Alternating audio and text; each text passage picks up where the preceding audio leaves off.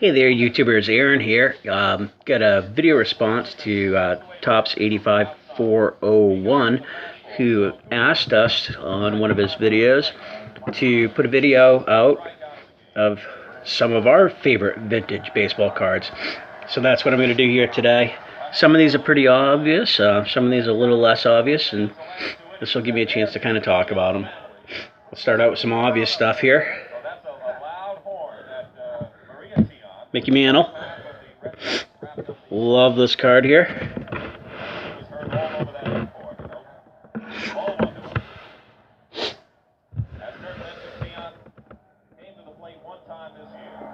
Duke Snider. 1950 Bowman.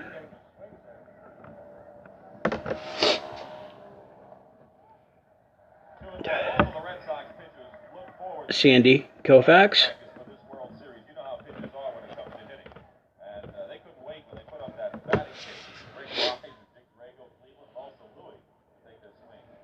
All right, here's some less than obvious stuff. Ewell Blackwell. Reason I included this here as a kid. Read a book written by Roy Campanella.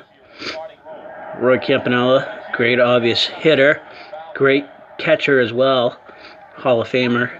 Said in his book that the toughest pitcher he ever faced was Ewell Blackwell. So, ever after reading that, yeah, I had to get a card of him, and it's always kind of meant a lot to me. I'm like, if Roy Campanella thinks this guy is the toughest guy to face, he must have been pretty darn good.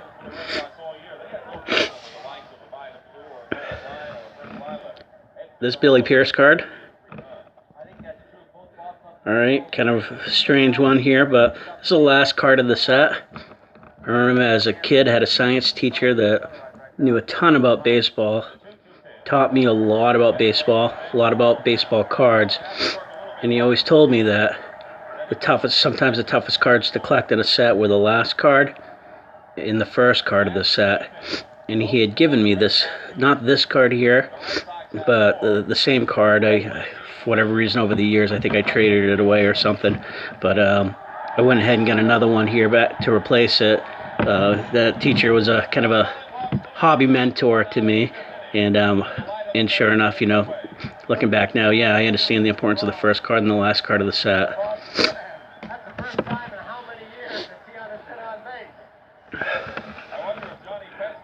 Ray Coleman. He wrote on here, best wishes, Aaron. It's a TTM that I sent way back when I was a kid. Had no idea who Ray Coleman was at the time. And all I knew it was an old card. And I had an address for him and sent it away. And, well, you know, it's kind of something that's, you know, been fond of over the years. I always kind of appreciate it.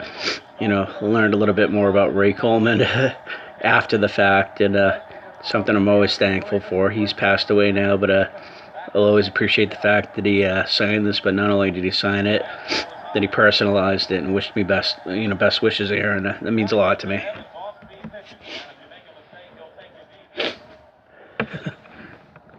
Al Kaline. Anyone notice anything missing with this card? No borders. This card was given to me as a kid from a card shop owner. Obviously, this card's probably not worth anything, but I always thought it was kind of neat and figured there must have been a story behind this. Imagine some kid was having fun, you know, needed to make the cards fit for his scrapbook or some wall mural or something, and the borders had to go. So, something I always hung on to. Just kind of a cool card. I'm sure it's not worth a thing, but I like it. Last, this Nolan Ryan card kind of has a story. I had this card. It's probably 7th grade, I guess.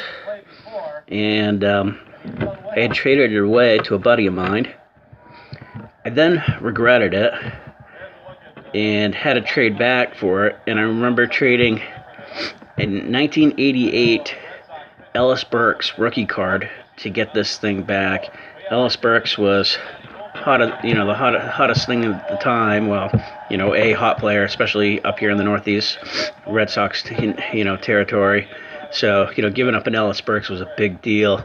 In hindsight, I know my friends over the years had always said you know, regretted making that deal. It was like, geez, what do I got to do to get it back? And there was no way I was giving this thing back. And I said this is the last card, but actually I got one more. Hang on. Speaking of Red Sox, Captain Carl Yastrzemski. Amazing player. Red Sox fans, you know about this guy. I don't need to say anything more about him. One of my favorite vintage cards. Probably my favorite, actually, just being a Red Sox fan.